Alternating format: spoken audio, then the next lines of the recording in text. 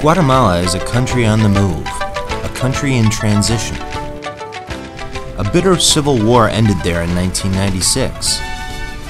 Now Guatemala's struggle is to improve the lives of its 13 million citizens, majority of whom are indigenous Mayans. The country's challenges include extending education to rural communities.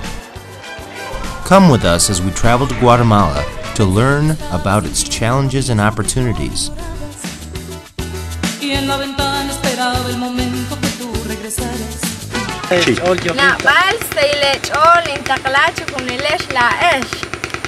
She say, I sent many greetings for you. Guatemala is a beautiful land straddling two oceans. It is clear and cool in its western mountains and lush and tropical near the Caribbean. It remains a mix of tradition and innovation as it struggles to modernize an ancient land. The Mayan civilization predates by many centuries the discovery of the New World by Spanish conquistadors in the 16th century. Mayans collectively speak over 22 dialects, developed during centuries of isolation in remote mountainous regions. The Mayan culture is rich and its people devout, flavoring their Christian faith with traditional ceremonies and rituals. The Mayan people as a whole lag behind their Ladino neighbors in economic opportunity. Ladinos, descendants of the Spanish conquerors, dominate the country's politics and government. Many Mayans have never learned to speak Spanish, and so find it hard to participate in political life.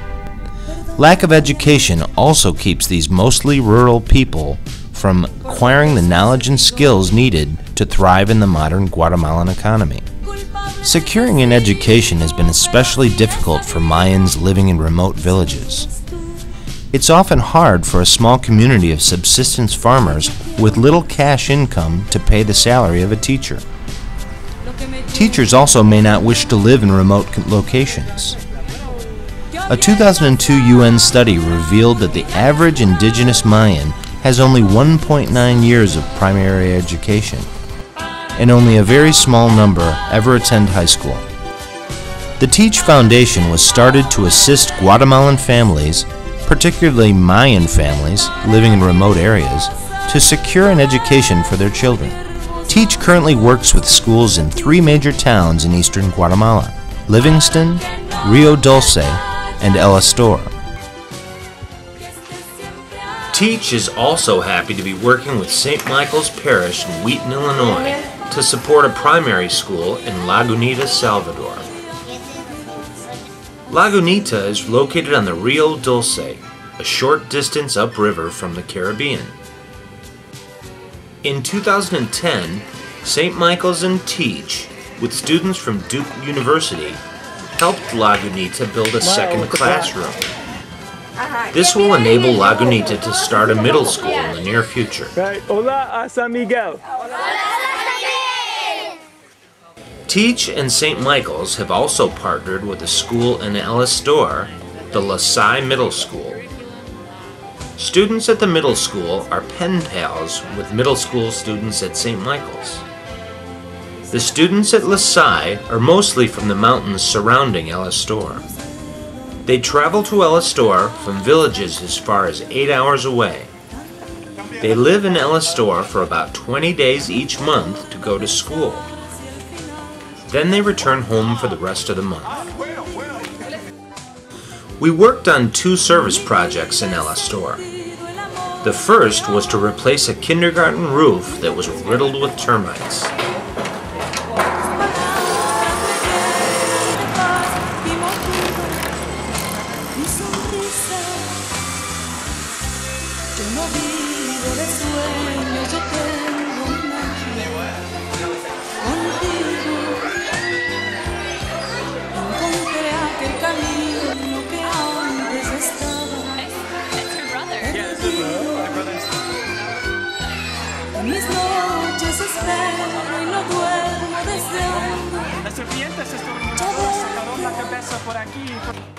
The second project was to repair a shower house at Casa Indigena, where the boys from the remote villages live while they attend school at La Salle Middle School.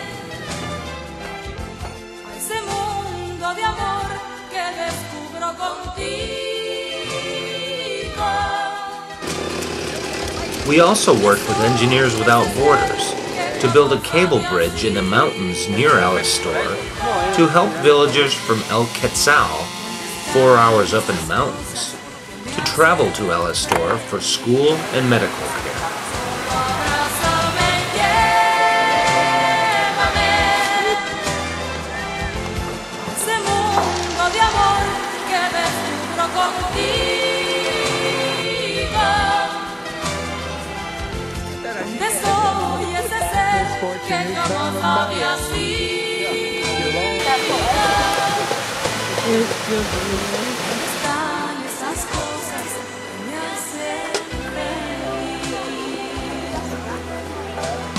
Next year, in 2012, we are planning another trip to Guatemala.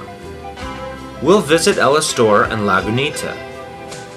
We'll also see some ancient Mayan ruins and the beautiful old Spanish city of Antigua.